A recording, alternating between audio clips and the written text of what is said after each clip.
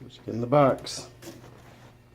Tank, hose, really small, cheap toolkit, a couple of spark plugs, and your outboard.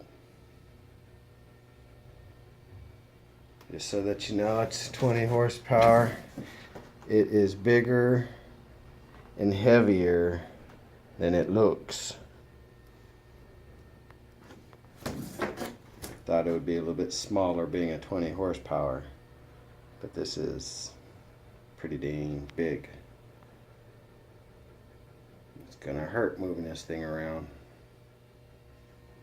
but it'll be worth it for the day. Well, Tohatsu 20 horsepower, 2016. Unboxing. That's what you get. It's around $2,300.